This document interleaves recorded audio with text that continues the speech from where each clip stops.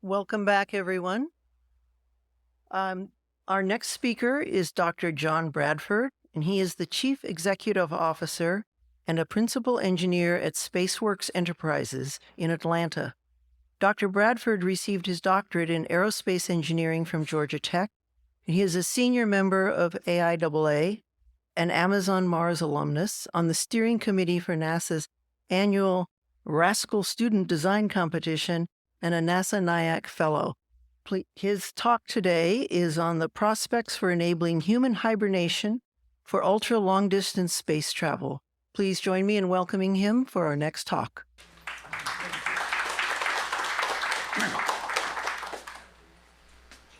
All right, everybody can hear me okay, I assume?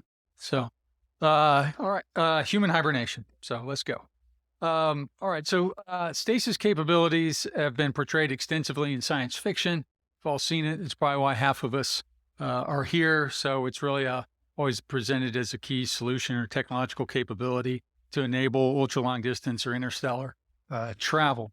And while I believe we'll be likely to develop it, I think the implementation of the technology is going to look quite a bit different than how it's really been portrayed. So that's kind of one of the obstacles with kind of overcoming some impetus to or kind of push back on is this crazy talk to have hibernation here. So but it's not going to be cryogenic suspended animation in my opinion.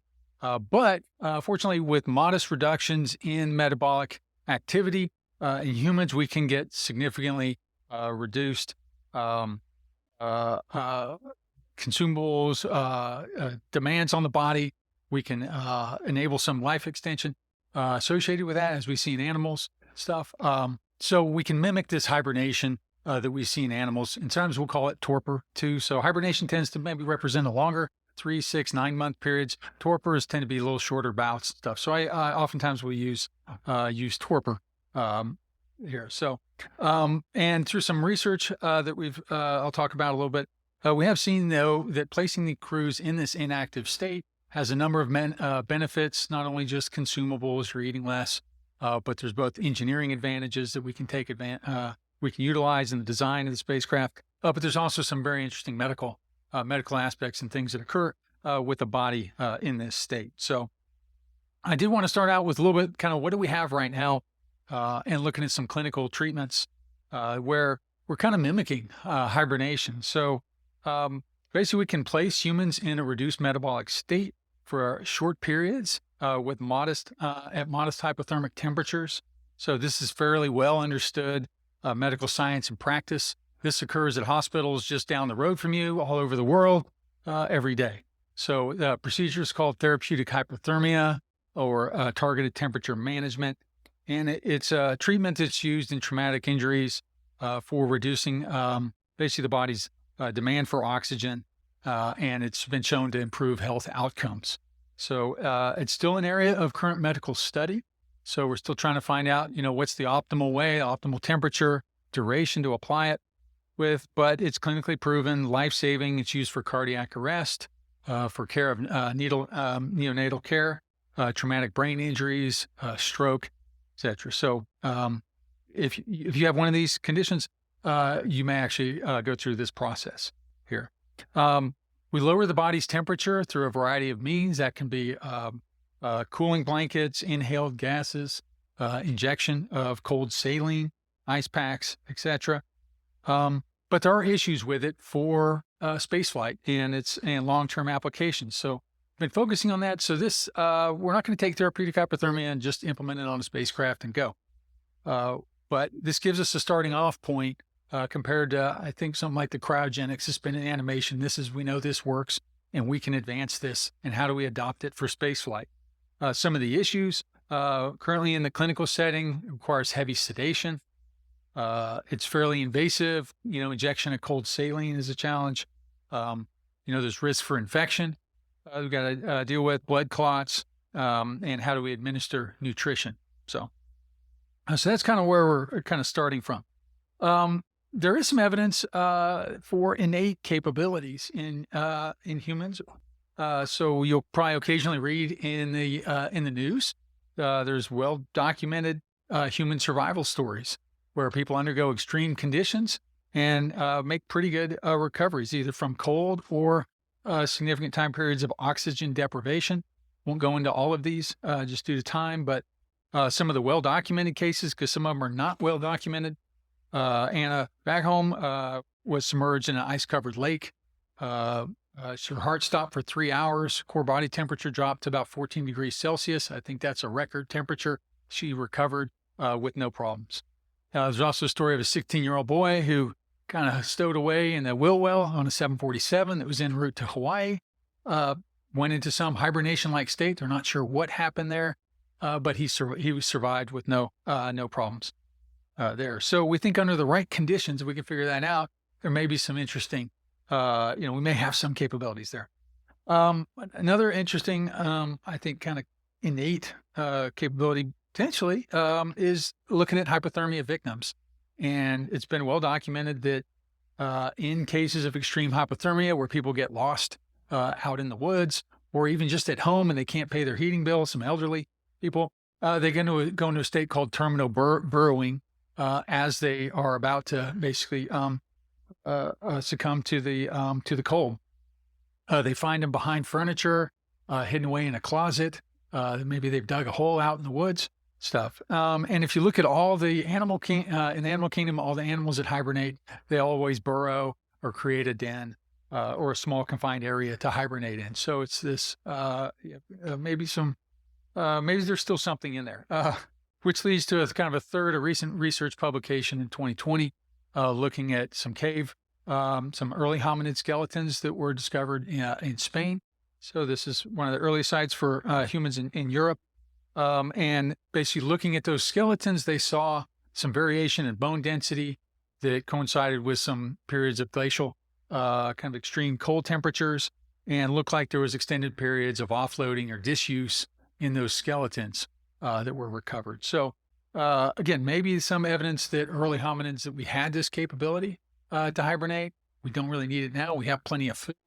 We have nice places to live. But maybe there is still something there that could be triggered. So, all right. Did want to touch a little bit on some engineering and medical assessments work that has been done in this area.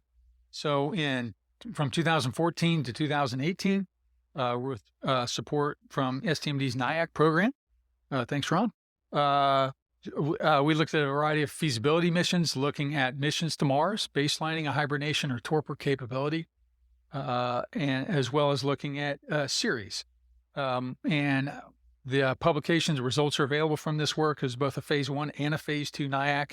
But we're looking at cruise sizes of 6 and 8 in the 2030s, doing both conjunction and opposition class missions, chemical and nuclear propulsion. Pretty phenomenal impact on those missions, both in terms of performance, in terms of cost, just savings, being able to reduce the habitat, the mass, the power, the volume requirements required for those. We're able to do a nuclear thermal mission to Ceres for a crew of 4 in the 2040 timeframe. Again, things that would really be a challenge without this, were easily enabled then. So for these missions, we assumed, though, the crew was not in this torpor state for the duration of the mission, whether that was 6 months or a year. So what we've baselined based on kind of medical technology, that therapeutic hypothermia, is going through a 10 to 14 day cycle of lower metabolic activity, being inactive, followed by a period of 3 to 5 days where you'd be active again, kind of restore any sort of cognitive things that may be going on. Like, this is kind of a conservative approach here. And then you would repeat that cycle for the duration of the journey stuff. So that was the baseline for those studies funded by NIAC. So in parallel, my company, we also looked at a 100-passenger capability, kind of a settlement class mission out to Mars. So we did this in 2014. This is the design of that spacecraft. Basically, we had 96 people in a torpor. So this was in a little further down the road envisioned, and they would be in this state for the 180, 200 days transit there, and then there'd be 4 kind of active caretakers. NASA had always pushed us to do that on these missions. Don't put everybody to sleep.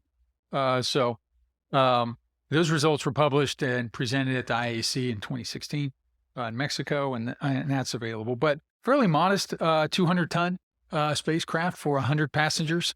Most of it reusable too, so you could send this thing back there. So that was our Mars Settlement Class transporter. Again, really enabled by being able to reduce the consumables, reduce the volume, reduce the power requirements required by the crew. So we have some ideas on what this is gonna look like ultimately, and kind of the implementation. So I won't go into too much of the details. They are documented in the report, but a couple things here. So generally, the body gets cooled down. We've looked at approaches of administering cooling, cooling gel packs or the inhaled gases. What we're currently preferred approach is actually cooling down the habitat to about 10 degrees Celsius.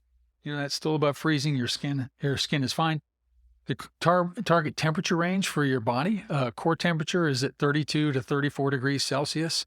You're nominally at about 37.5 degrees. So that's 5 degrees Celsius, 10 degrees Fahrenheit. So we're nowhere near any sort of cryogenic conditions. But just that reduction gets you about a 50 to 70% reduction in your metabolic activity.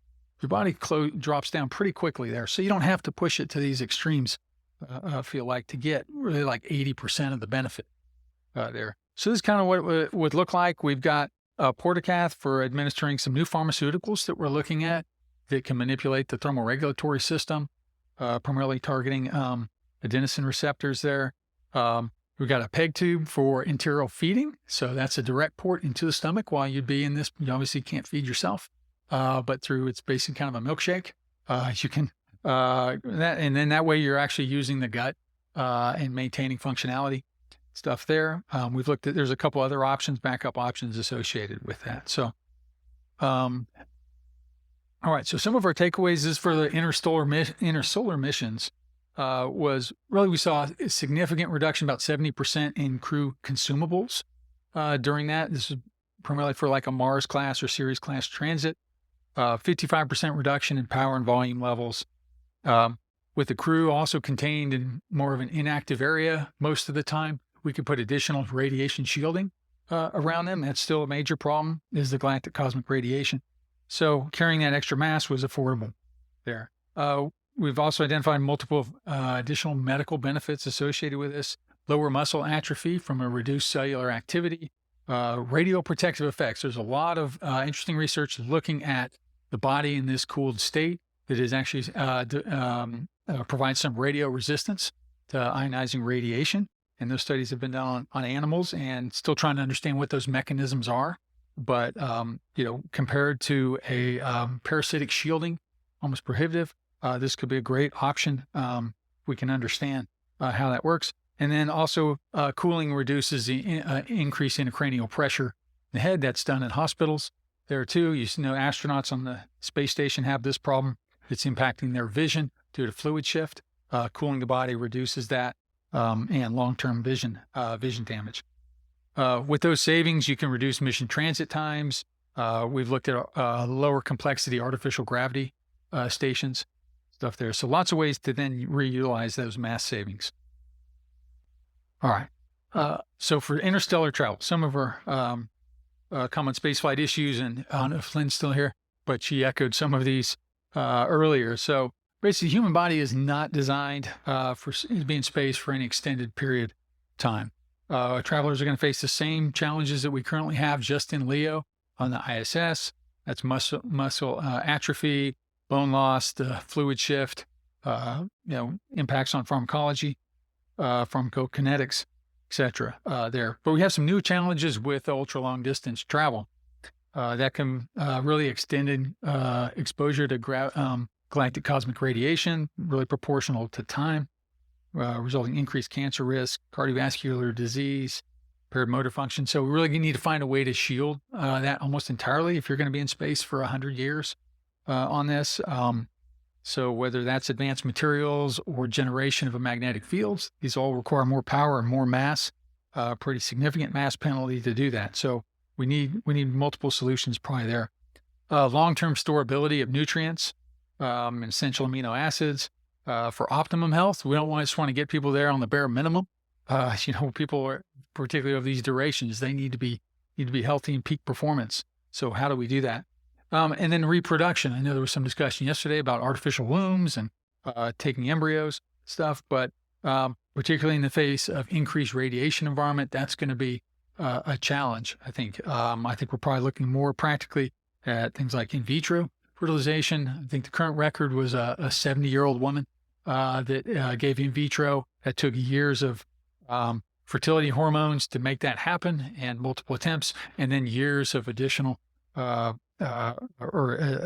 follow-on success of additional hormones to have a successful birth stuff. So we haven't figured quite out how to do that, and we're probably looking at advantageous for people if we're taking embryos. So, and all this is in addition to the basic consumptions of water and oxygen that we're going to need to survive.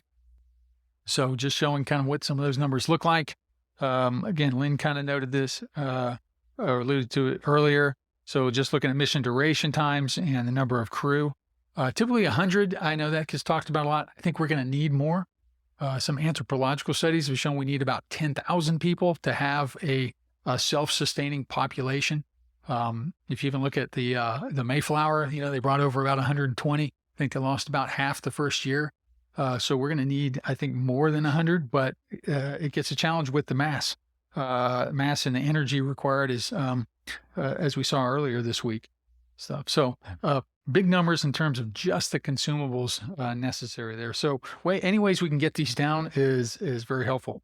I will note, this is all open loop. This is just the demand for over this time period. This doesn't include closed loop system stuff. So these numbers come down, but just illustrates it takes a lot to maintain people and give them everything they need to do from nutrition, oxygen, daily hygiene, washing your clothes, basic medical stuff. So we use a lot of stuff. So, all right. So for some of the mission scenarios, so I've tried to box in where I think this is applicable. I think in the case of near light travel or breakthrough physics, and we get some faster than light travel, we probably don't need to hibernate the crew. I think we probably have solved some other problems, and I just don't know that it'll be necessary.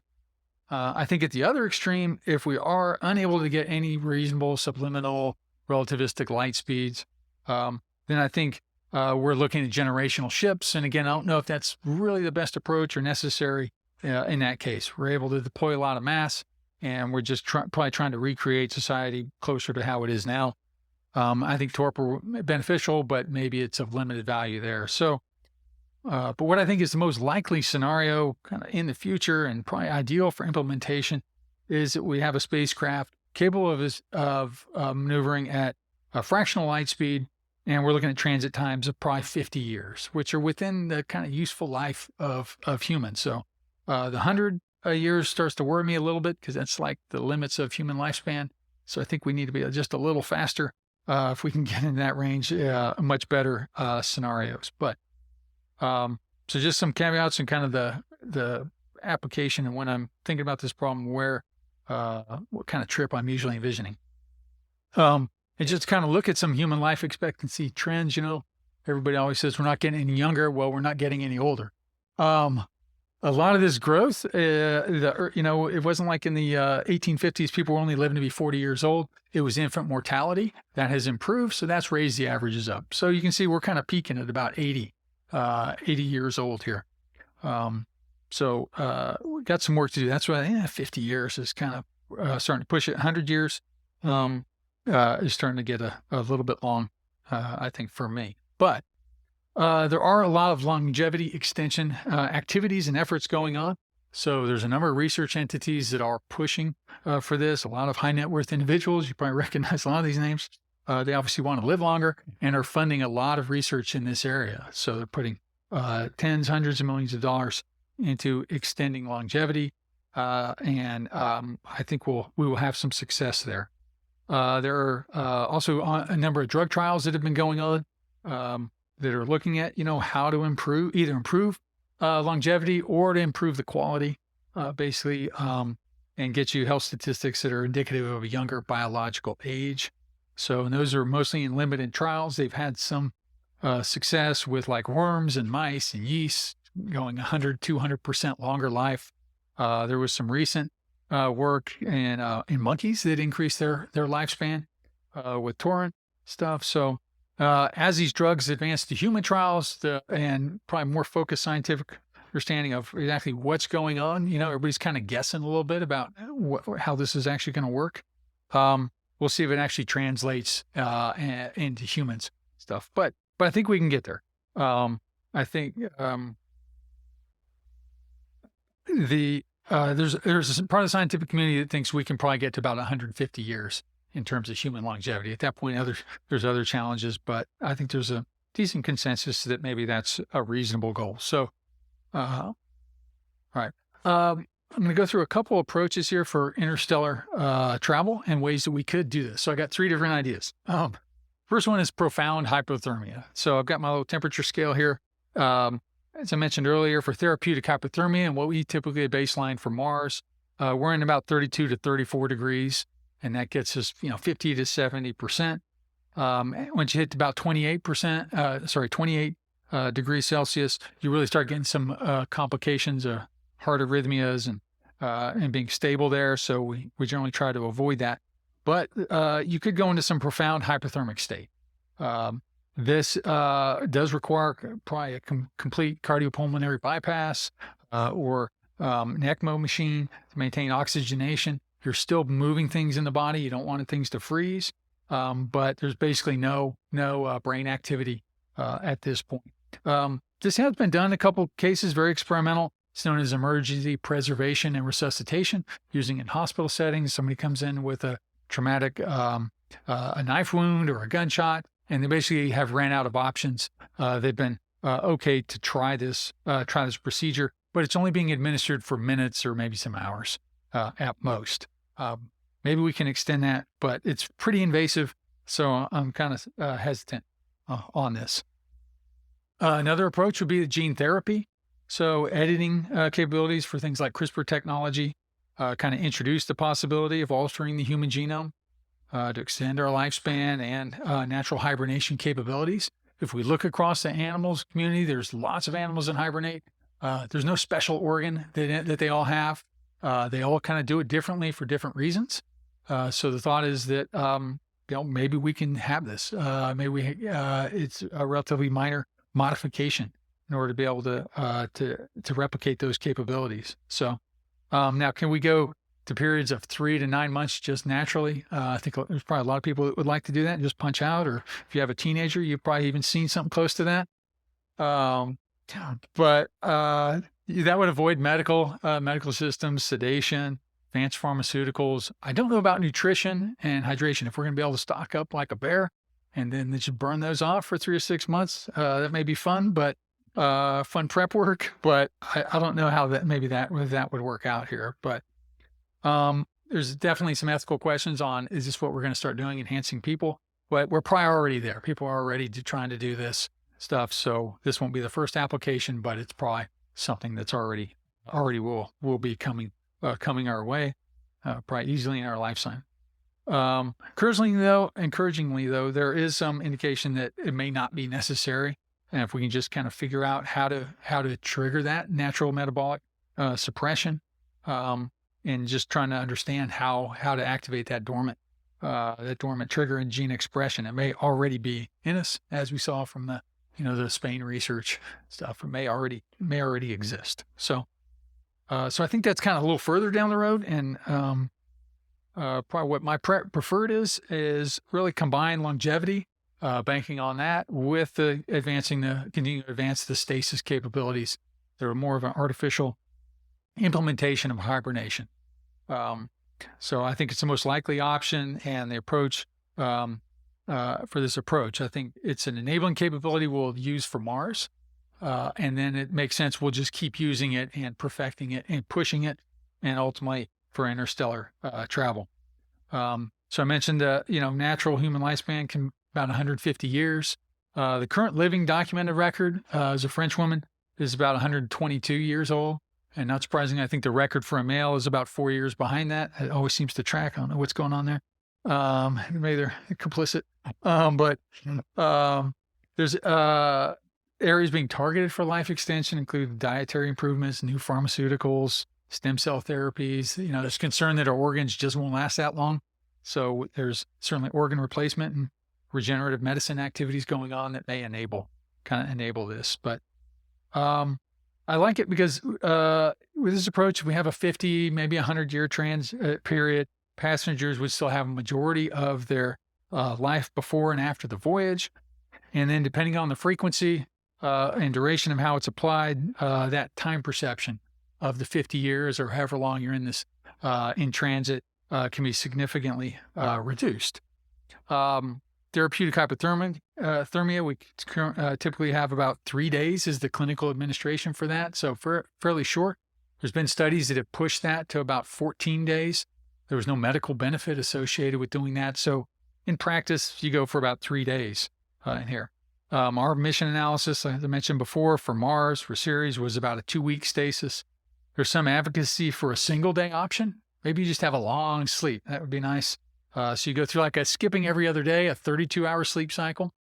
And then, that has an opportunity for simplicity. It avoids maybe some of the nutritional requirements, stuff there. Or we could push it to a 4-week type cycle, maybe longer. That adds some risk and uncertainty. We need a lot of studies looking at the cognitive impacts of being in this state. We're not sure what the brain is actually doing. Doesn't look like you're going into a REM state. We look at some animals that actually come out of hibernation, they sleep, and then they go back into hibernation to kind of recover and go into that REM sleep state. But what I plotted here is, relatively simple math, but just shows that over a 50-year transit, depending upon that torpor cycle, what's your perceived trip duration? And I think because you're in an isolated ship, that's going to be a relatively obvious, or that perception gets more real. So you can go from, is that 50 years? It'd be 25 years. If we can go to a 4-week cycle and then you're active for a week, now all of a sudden it becomes more like a 10-year trip. So, all right, we're getting off stage. But in summary, I think there are multiple approaches to achieving this. So I talk a lot about therapeutic hypothermia because I like pulling from something that we know that we have and leveraging that. But there's certainly other approaches there. At the end of the day, we're all pushing. It's the same thing.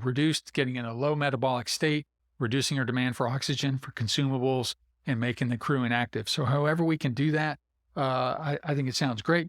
I think the anticipated improvements in human longevity is going to be, further increase the likelihood and prospects for human stasis approaches here. And I think that under the most likely future scenario, it's going to be an integral and critical part of future colonization, whether that's Mars or going beyond there and stuff. It's just in terms of looking at all the different technologies, extremely impactful, and it scales from if you have a crew of 4 to a crew of 400, or whatever that number is, it benefits all those mission scenarios stuff. So I think it's going to be critical for us. So with that, I will stop and maybe have time for questions. Thank you.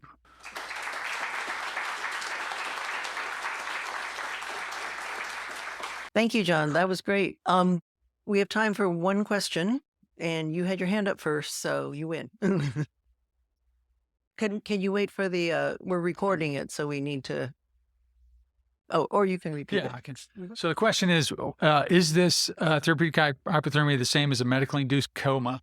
It is not. You're not comatose in this state. So you saw that brief picture that I showed of somebody kind of in this state. That was actually a volunteer. And you could actually, he struggled through it, but he could actually, converse. That we try and go for he was under a lighter sedation there, but we're not quite sure what's going on in your brain. We know it's different than a comatose state. It's not a sleep state. It's some in between there. So need more studies on it. So. Well, thank you, John. Appreciate it.